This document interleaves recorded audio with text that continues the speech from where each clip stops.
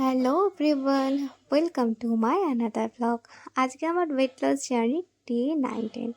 পরপর দুদিন নিরামিষ খেয়ে আজকে আমিষ খাওয়ার একটা দিন এসেছে, মানে সোমবার আর মঙ্গলবার পরপর দুদিন আমাদের বাড়ি নিরামিষ হয়।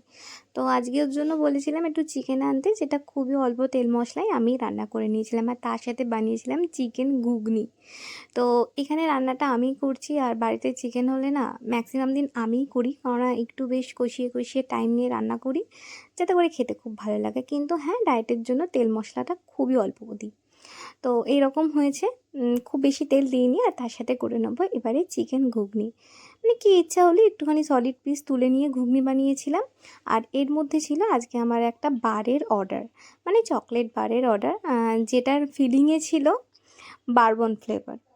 তো তোমরা যদি কেউ চাও এই ফ্লেভারটা কিন্তু ট্রাই করতে পারো। এটার উপর আবার কাস্টমাইজ করা হয়েছিল, যেটা আমি তোমাদের নেক্সট ভিডিওতে দেখাবো। তো ফার্স্ট টাইম আমার অর্ডারটা এসেছিলো, তাও আবার কিনা কলকাতা থেকে, মানে প্রথমবারের জন্য আমি এরকম বারের একটা অর্ডার নিয়েছিলাম।